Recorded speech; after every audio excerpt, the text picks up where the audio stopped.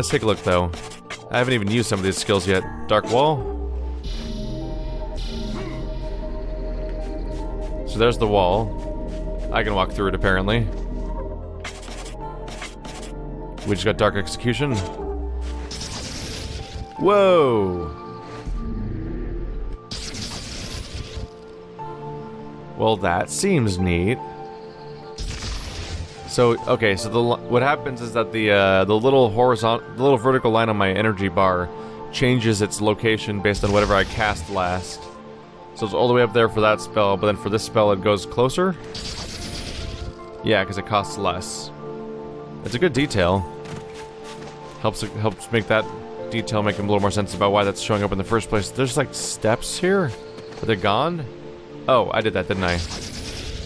Those are the holes for my spell. Okay. What do you have? Ooh, antidote.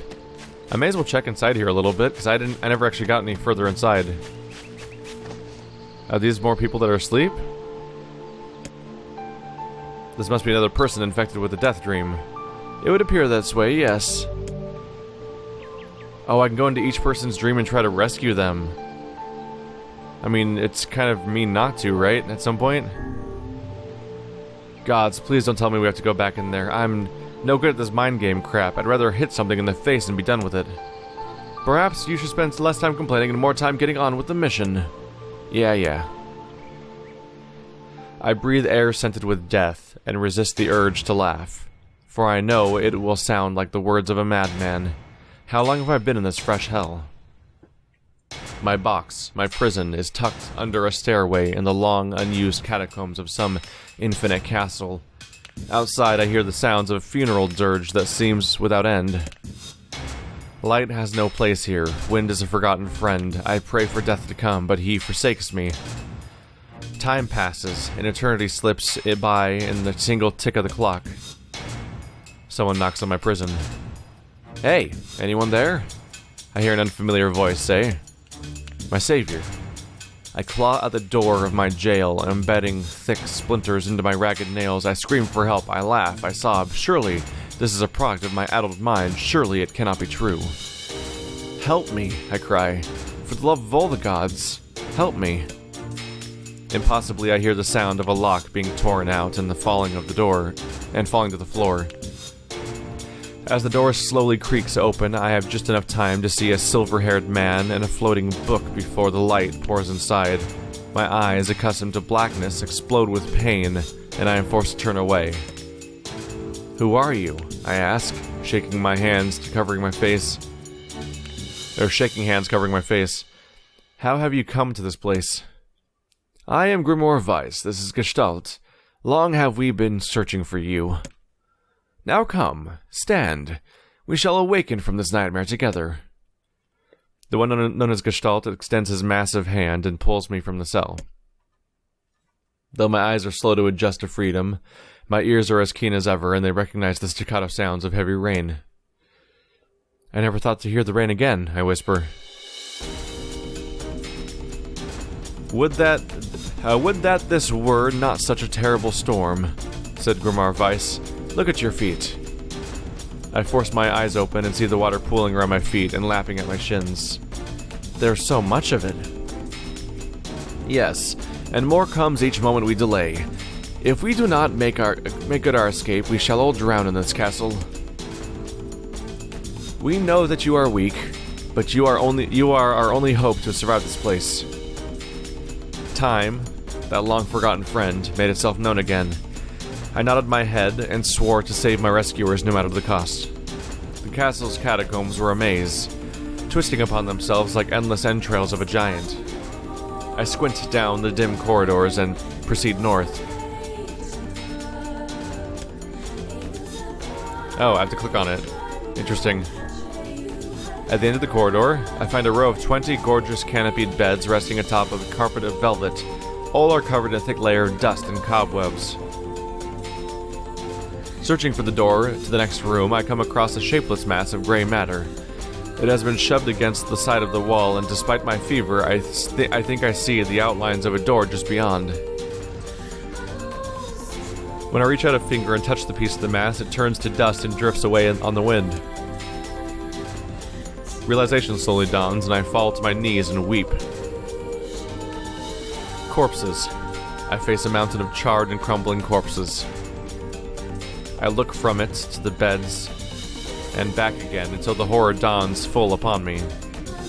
Someone has piled these bodies into a tower and set them ablaze. Whether they were alive or dead, I do not know, and sanity will not permit me to consider the proposition further. I make a sound. Whether scream or laughter, I cannot be certain. Then my mind grants me merciful blackness, and I find myself opening the door and leaving that most terrible of rooms. I squint down the dim corridors. We go east or south. Let's go east. Oh. Just the same thing again. East, then north? West, I mean? Oh. East? North. So, I went east and then north, now south? West. East. North. The water has risen to my chin and now laps greedily at my mouth and nose. "You dumb bastard!" shouts Gestalt. He surely desires to say more, but the rest of his insult is cut short by the rising water. Grimoire Weiss, wet and tattered, floats on the water's surface. It's already too late for him. This wasn't how it was supposed to end. What? What did I do wrong? Did I have clues? I think I just picked directions. Oh my god, how far back did it just send me? Oh god, do I have to redo the entire first puzzle again? Oh, thank god, it just kicked me out. Okay. I was really worried for a moment there. Okay, so there must be some kind of clue? East? North? So I think I ran in circles last time, so let's just try to avoid doing that. At the end of the path, the waters rise to my waist, exhausting me both physically and spiritually. I pray that this is the way out. Eventually I can stand the sight of the waters no longer, so I turn my eyes upward. Imagine my surprise when I see a series of paintings hanging from the faded plaster wall. Each depicts a person in the prime of life, clad in clothing of the highest quality. The styles, however, are strange to me, leading me to believe that these people had lived long, long ago. One subject wears an outfit that particularly catches my eye. It is constructed of a thin, breezy cloth and decorated with a motif of flowers and birds, while encircling the figure's waist is a leather belt of the most perfect construction. It is a stunning costume even by modern standards. As I gaze at the portrait, I am struck with a desire to touch it with my own hands.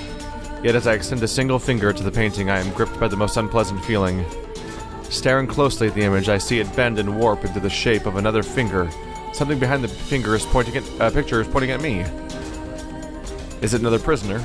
A fellow inmate trapped for eternity in this place? I cannot let it pass, so I seize the portrait with both hands and throw it into the water. The wall is hollow behind the painting, and inside I can just make out a body. Whether or not it is a prisoner, there would be no rescue. This poor soul is long dead. Scraps of clothing lie on the floor around the bones. Only a small amount of the fabric has survived, but it features the same delicate designs that were depicted in the portrait. I have been admiring a row of corpses, blocked from view by portraits of each victim in their pinnacle. Enough. Shielding my eyes, I paddle forward through the water.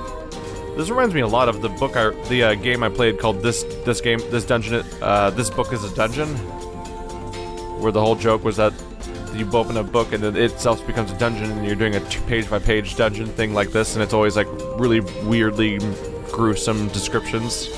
That was a playthrough I did about a year ago, I think, on this channel. I squint down the dim corridors. South? East? I find myself in a great hall with only the sounds of rain for comfort. The waterlogged red carpet squishes beneath my feet as I approach the center of the room. Once there, I behold a beautiful dining table upon which rests a china and silver of the finest construction, as well as the remains of a fantastic feast. As my eyes continue to adjust, I see many chairs surrounding the table, each holding a dinner guest. Noticing movement, I approach the chair at the table's head. But as the truth of the matter dawns on me, I recoil in horror. The host of the feast is a corpse. As are all the invited guests, an army of foul, wriggling insects have made homes in their remains, and this is the movement I saw. This once splendid feast is now nothing more than a requiem for the damned. I take a moment to steady my shaking hands, then slowly back away from the table. Desperate to lose sight of the abomination before me, my gaze lands on the chairs upon which the dead were seated. This is a mistake, for the chairs prove to be even more terrible than the feast itself. Each one is covered in a layer of spikes that run from the seats, up the back and down the arms. This explains the color of the carpet beneath my feet. I can only pray that the unfortunate diners were dead when the meal began. For if not, it is a simple task to envision the agonized screams that would have sprung forth from their mouths. My mind grasps frantically at the possibility of these souls the possibility that these souls had committed some terrible crime for which this was punishment. Though in truth, I suspect they had committed no crime at all. There would be no tomorrow for these unfortunates. This was the Last Supper. North? Against all hope, we make it to the front door. Break it down, someone cries, so I give myself to the effort. In tandem with Gestalt and Grimoire Weiss, I slam my body against the thick, sturdy door. On the third try, it gives away, and we find ourselves sprawled in front of the castle. The storm is in retreat. The clouds above are still dark and foreboding, but to the west I can see a thin shimmer of sunlight trying to break through. How can I thank you? I cry, in tears as tears join the rain on my cheeks. I would surely have died in there. Looking down, I suddenly notice that my dress is in tatters and sheepishly try to cover my exposed skin. Your dress? Asks Weiss. Then you are a widow, madame? Yes, I am. I proffer the two a smile. I suppose that comes as something of a surprise, seeing as how I only exist in the form of words. I can see that the one known as Gestalt is disappointed that the torn dress will be given no further description, but he hides it well. With a nod and a shrug, the three of us set forth to our awakening. But behind us, an awakening of another kind is taking place. Black smoke fills the abandoned castle, providing the countless damned souls inside with their final shroud. After a moment, the castle's windows shatter with a mighty roar. A fresh breeze blows through the hallways and corridors, clearing the smoke away for good. As we watch in awe, uncountable black shadows slowly flicker to life, crossing to and fro in front of the broken windows. The castle's dead have awakened to their new life, as shades. You have anything to say about that? Hopefully there will be no labyrinth next time. I hear you. She speak at all? Nope. So she just woke up. Just like that. Hey, we're saving members of the village. I should probably save. So they're saying that dead people came back as shades there. That's pretty explicit. Although it's a dream, so it's hard to say what its meaning is. So yeah, the first time I just clicked on random directions thinking something would happen, but then I died. So I tried consistently pressing the same directions over and over again, so presuming that it actually is navigating a grid. So I was just going with north and east a lot, because you don't always get the same options listed. And I guess that worked. Some nasty descriptions in there, though. Hey, herbs! Oh, there's something here. Tree branch. Alright, number 3. Probably the last one. I don't see anyone else. Another victim. This work certainly is tiring. I'm surprised, Weiss. You're a book. All this word stuff should be right up your alley. Yes, quite. Well, enough chatter. Let's be off. A colony of massive sculptures is visible in the distance, their tall forms scraping against the sky. Weiss and Gestalt had never seen such a giant. How did I get giant out of that? That's not even close. Have never seen such a sight. Their eyes widened as they tried to take it in. Hey, Weiss. We keep walking, but those things don't get any closer. I don't get it. Are they really that big? As Weiss considered the answer, the sun beat down on them with renewed ferocity. Perhaps they are some manner of mirage, he said. Under this heat, a mirage or two would hardly be an unexpected sight. Oh, that wasn't a response. Gestalt nodded and wiped the sweat off his brow, leaving a trail of sand in his place. He thought he'd never been so thirsty. The ancient road on which they walked was black and cracked with age. Here and there, thin wisps of grass pushed up through the rocky surface as if defying those who had laid this material down over their home. The heat reflecting from the road made Gestalt lightheaded.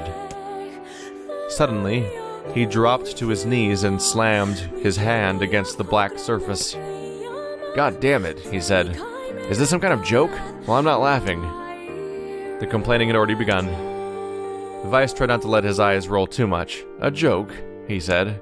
No joke. This road leads to the City of Art.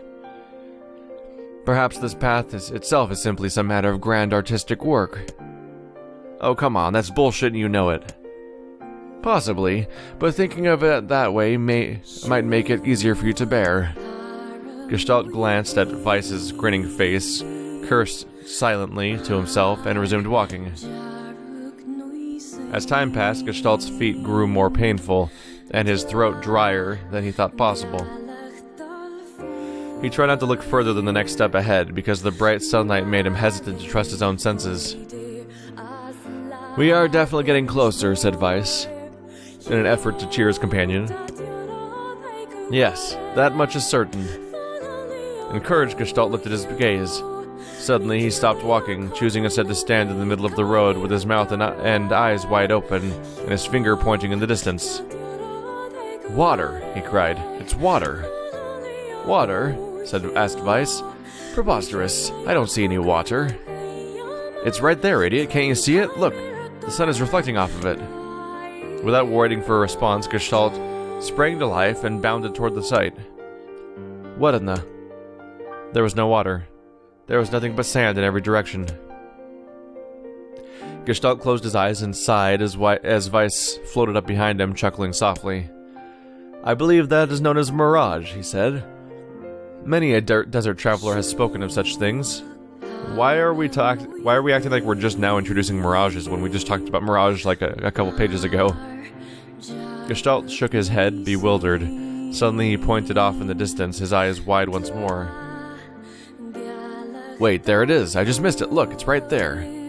Gestalt sprinted off again, leaving Weiss with no choice but to follow. After a few minutes of running, Gestalt came to a halt. I could have sworn it was right here. Confused, he put his hands up to his eyes and rubbed them vigorously. As soon as he stopped, he noticed a blue, shimmering pool of clear water just over the next rise. With a shout, he bounded off in search of it. The chase continued for nearly an hour until an exasperated Weiss finally floated up to Gestalt and struck him in the face with his cover. "You damn blithering idiot, stop this at once. There is no water here."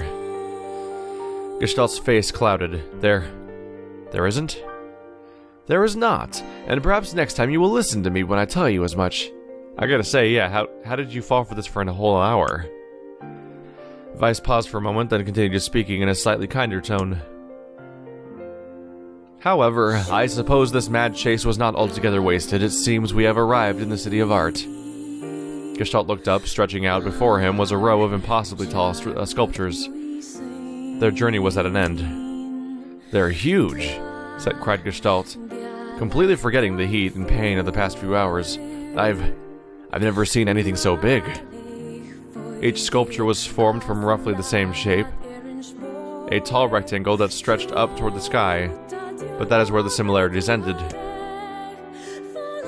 Most were covered with panes of glass that reflected the light in thousands of directions, while others seemed to be nothing but frames of steel. Some had tall spires at their tops, while others possessed triangular caps. "What kind of city is this?" cried Gestalt. "Where are the people? Where are the houses?" "Perhaps the land is intended exclusively for artistic use." The debate continued as they made their way through the city. Miracles of artistry were everywhere. Great iron crates with wheels sat silent on steel rails.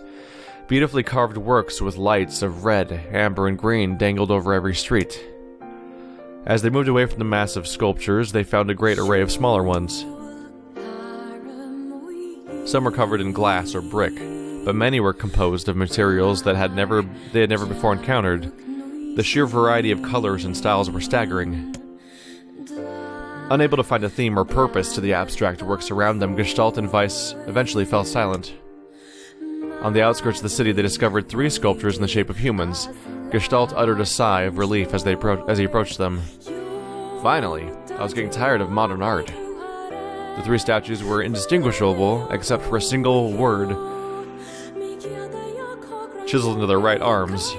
One read Alpha, one read Beta, the final one read Gamma. If you hear me randomly pause strangely while reading, it's because somehow I am bad at breathing apparently, and it makes me yawn when I'm reading text on a screen for too long. As Gestalt moved to touch the nearest statue, a bird flew from the top of one of the sculptures. A light on the statue's shoulder emitted a brief, beautiful song that took the form of words. Only one form is real, the others are false. The real form will always speak the truth. The false ones will only speak lies. So one is real and tells the truth, the other 2 are fake and lie. With that, the bird departed, as if on cue, the 3 statues shuddered to life, acquiring color and form as they began to breathe. "Hey, look at that," said Gestalt. "They're alive." The triplets bowed low before Gestalt. "Please," said Alpha, "you have to get me out of this nightmare. I am real." "Stop lying," said Beta. He turned to Gestalt and threw his hands in the air. "Alpha's a fake, you know. I'm the real one." "What a load of crap," said Gamma. "Beta's fake." "Everyone knows I'm the only real one around here." Okay, so they all said... Alpha said I'm real. Beta said they're fake, I'm real. And Gamma said he's fake, I'm real. Just the same way around. Let's see. Let's see here.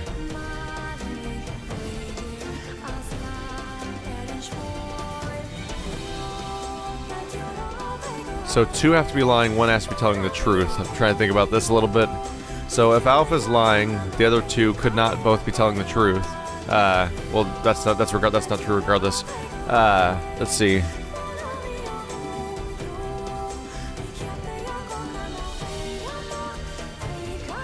It's like a nested thing here. Let's see.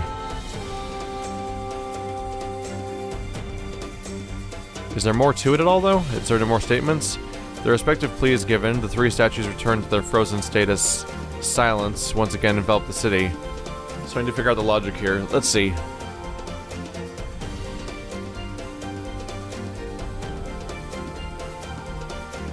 This is a problem here.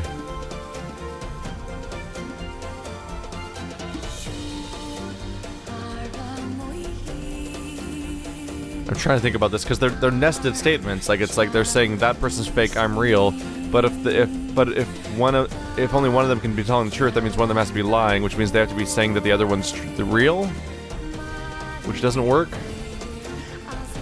Do both statements they're saying both have to be true or false? Because like Gamma's saying Beta's fake and I'm real.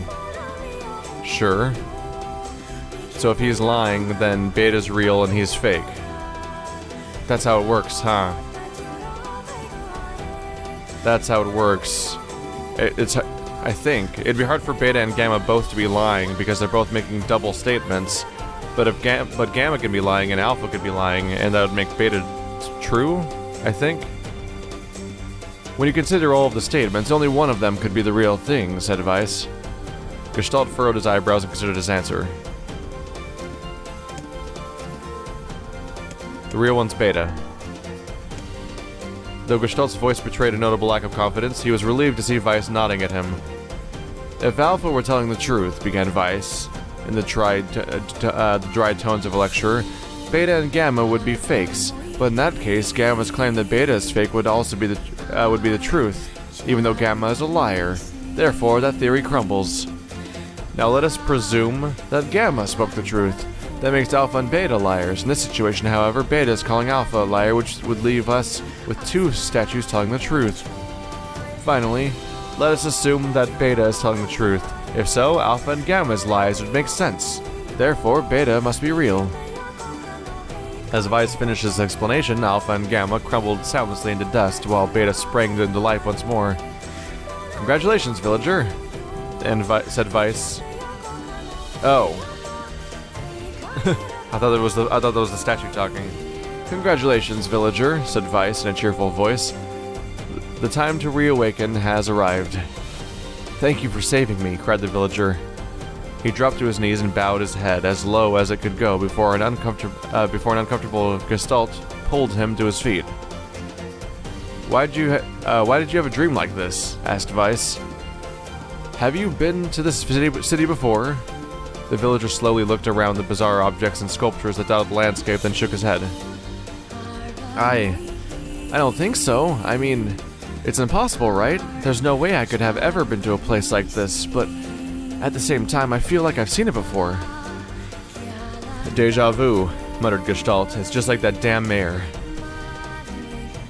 The vague sense of unease that struck Gestalt during the mayor's dream spread once more through his mind. Okay, that was terrible. I am positive I've seen that place before. Stop. I'm getting enough foreboding crap from everyone else in my life. Don't you start too. Okay there. Now all the villagers can wake up, right? Yes, if the mayor's assumption was correct. I think I have had enough wordplay to last a lifetime, thank you very much. Yeah, I hear ya. Well, let's go see the mayor. We did it. We done did save the village. We done did save the village.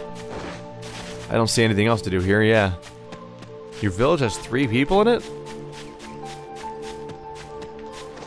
Hello. Oh, thank you. Thank you so much. Here, I have something for you. Faith, one-handed sword. Holy crap, I can really have this? Of course. It's apparently a weapon of some renown, but we have little use for it. Well, we appreciate it. Thank you again, for everything. Hey! What kind of weapon is this?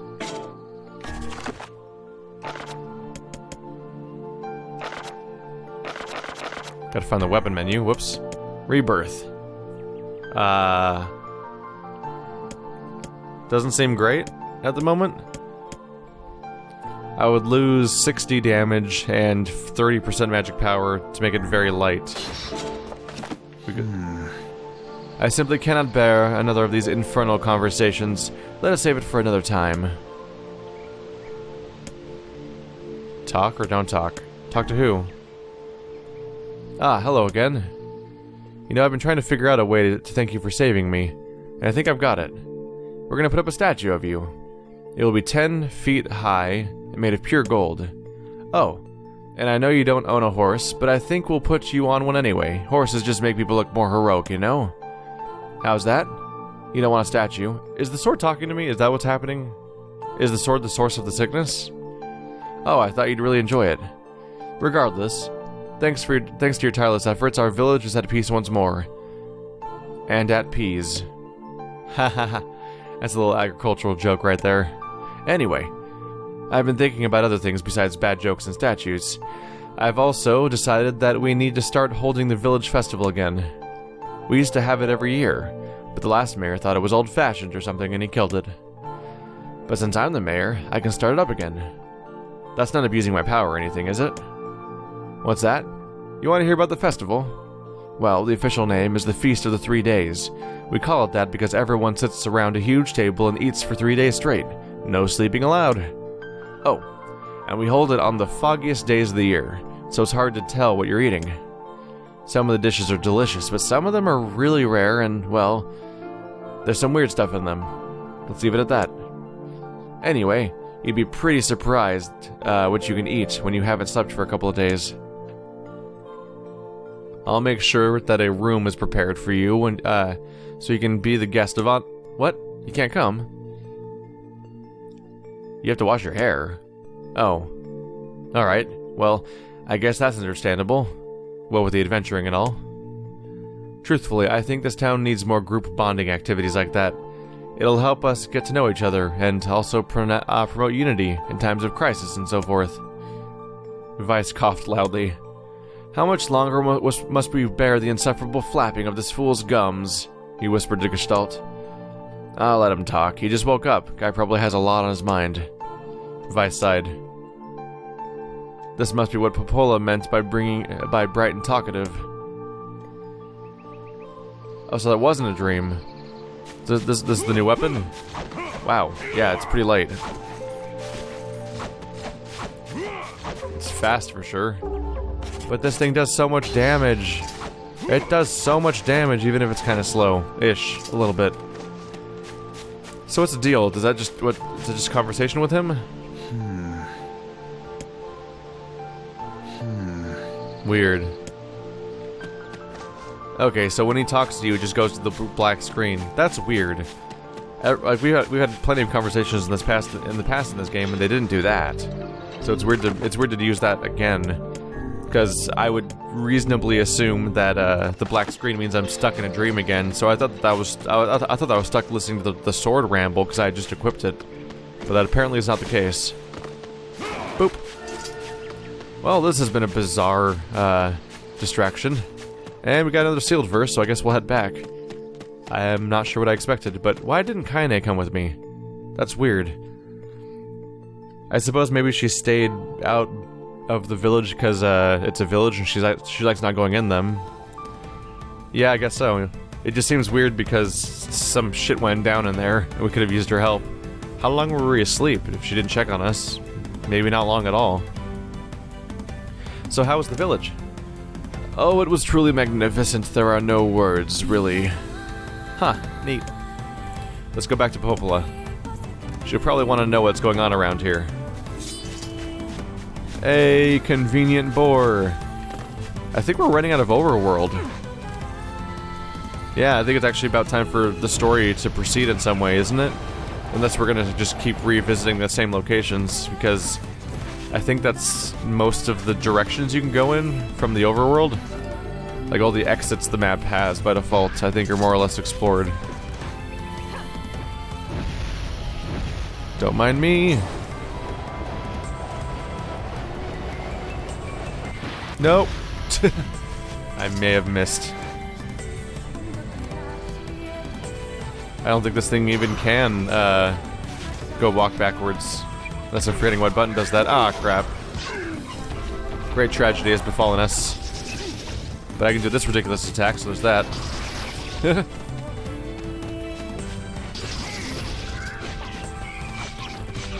Oh, these guys are actually hard to hurt. Oh, wow. Hello, Vera. Oh, goodness. How much do you have to grind in order to get all these different words if they're just going to drop randomly? That could be a huge time investment. Assuming they actually matter. They're like small percentage bonuses, so maybe it doesn't really matter if you don't get them all. Ah! Ah!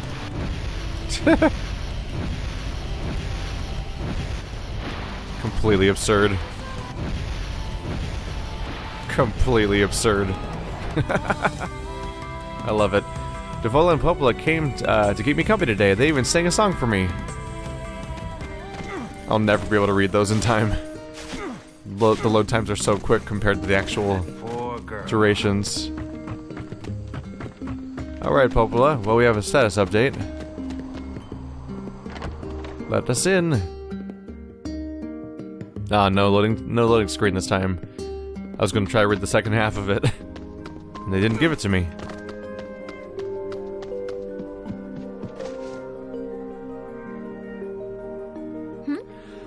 The death dream is such a strange illness. I'm so happy you saved those people. Yeah, dealing with those words was a pain in the ass. Even I, with my natural love of words, have no desire to visit that place ever again. You guys did well. Say. That's it. The end. Ah, Gestalt. Huh? I almost forgot. Yonah was looking for you. Oh. She said she needed something from you. Time to go play daddy for a bit, huh? Yeah, I guess so. Thanks, Popola. How long were we gone? Can anyone confer with us to tell us how long we've been gone? Because we were stuck in weird nightmare dreams where we went on super long journeys, but there could be time dilation. I wish I could meet the Kainé lady Dad told me about. There could be crazy time dilation going on where maybe only a few minutes passed or maybe like a week passed. In which case, what? Does the girl starve out? Is there stores of food? How long are most of my journeys? Can she take care of herself? These are all important questions.